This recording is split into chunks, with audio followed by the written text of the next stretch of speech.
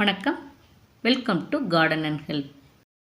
ஆரோக்கியத்தை அள்ளி தரக்கூடிய சங்குப்பூ வச்சு தான் நம்ம இன்றைக்கி பொங்கல் செய்ய போகிறோம். இது வரைக்கும் நீங்கள் சங்குப்பூ வச்சு பொங்கல் சாப்பிட்டதுலைன்னா இன்றைக்கே ட்ரை பண்ணி சாப்பிட்டு பாருங்கள், அருமையாக இருக்குங்க. இந்த சங்குப்பூ பொங்கல் செய்கிறதுக்காக முதல்ல நம்ம தேவையான அளவு சங்குப்பூ பறித்து எடுத்து வச்சுக்கணும். நான் நம்மளோட மாடி தோட்டத்துலேருந்து ஊதா நிற சங்குப்பூ 2 கைப்பிடி அளவுக்கு பறிச்சுட்டு வந்திருக்கேன். பூக்கு அளவெல்லாம் கிடையாதுங்க. நீங்கள் கொஞ்சம் பூ இருந்தால் கூட தாராளமாக அந்த பொங்கலை தயார் பண்ணிடலாம். அடுத்து நம்ம அரிசி பருப்பை ஊற வச்சுக்கணும்.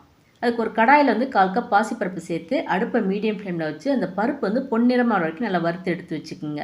இப்போ ஒரு பாத்திரத்தில் நான் 1 கப் பொன்னி பச்சரிசி எடுத்திருக்கேன். நீங்கள் சமையலுக்கு பயன்படுத்துகிற எந்த பச்சரிசி வேணாலும் எடுத்துக்கலாம். ரேஷனில் கொடுக்குற பச்சரிசி இந்த பொங்கலுக்கு சூப்பராக இருக்குங்க. இப்போ இந்த பச்சரிசி கூட வறுத்து வச்சுருக்க பருப்பையும் சேர்த்து தண்ணியில் 2 தடவை நல்லா களைஞ்சதுக்கப்புறம் அரிசி பருப்பு ரெண்டுமே மூழ்கிற வரைக்கும் தண்ணி ஊற்றி ஒரு அரை மணி நேரம் ஊற வச்சுக்கலாம். அப்போ தான் அரிசி பருப்பு நல்லா குழைவாக வெந்து வரும். இப்போ இந்த பக்கம் ஒரு பாத்திரத்தில் அரிசி நம்ம எந்த கிளாஸில் அளந்தோமோ அதே கிளாஸில் 4 மடங்கு தண்ணி சேர்த்து நல்லா சூடுபடுத்திக்கணும். தண்ணி இந்த மாதிரி கொதிக்க ஆரம்பிக்கும் போது நம்ம தண்ணியில் கழுவி எடுத்து வச்சுருக்க அந்த சங்குப்பூ இது கூட சேர்த்து நல்லா கலந்து விட்டுக்கணும். பூவோட கலர் பூரா தண்ணியில் நல்லா சார்ந்த உடனே பூ தண்ணியிலேருந்து வெளியே எடுத்துடணும். பாருங்கள் இந்த தண்ணி எந்த அளவுக்கு ஊதா கலராக இருக்குது அப்படின்னு. இப்போ நம்ம அடுப்பை ஆஃப் பண்ணிடலாம். இப்போ நம்ம பொங்கல் பாத்திரத்தில் வைக்கிறனாலும் சரி இல்லை குக்கரில் வைக்கிறனாலும் சரி அதில் இந்த சங்குப்பூ தண்ணியை நம்ம வடிகட்டி சேர்த்துக்கணும். நான் குக்கரில் தான் செய்ய போகிறேன். அதனால் குக்கரில் சங்குப்பூ தண்ணி வடிகட்டி ஊற்றியாச்சு.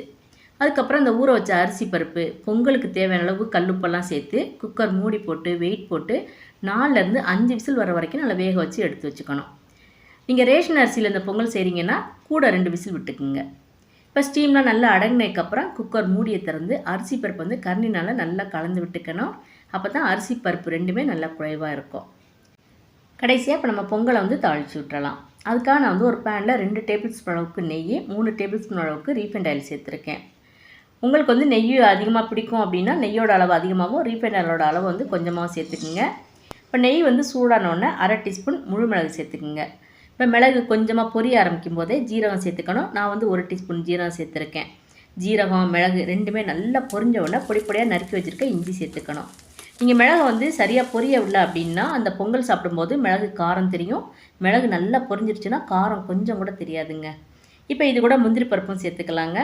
முந்திரி பருப்பு நல்லா இந்த மாதிரி பொன்னிறமாக வந்ததுக்கப்புறம் கறிவேப்பிலை, அப்புறம் 1/2 டீஸ்பூன் அளவுக்கு பெருங்காயத்தூள் சேர்த்து அடுப்பு ஆஃப் பண்ணிடணும்.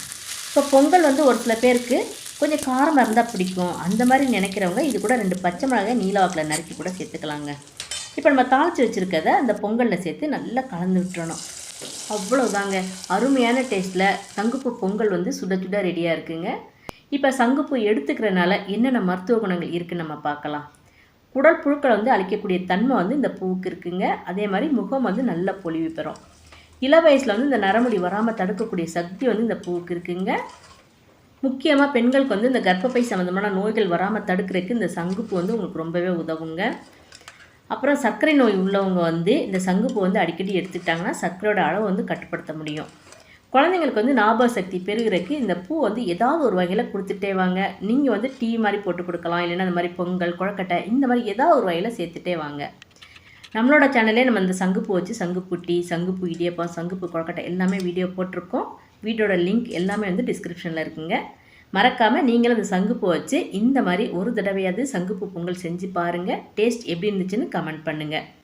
இந்த வீடியோ உங்களுக்கு பிடிச்சிருந்தேன்னா உங்கள் ஃப்ரெண்ட்ஸுக்கும் மற்றவங்களுக்கும் ஷேர் பண்ணி விடுங்க. மறக்காமல் நம்மளோட கார்டன் அண்ட் ஹெல்த் சேனலை சப்ஸ்கிரைப் பண்ணிடுங்க. தேங்க்ஸ் ஃபார் வாட்சிங்.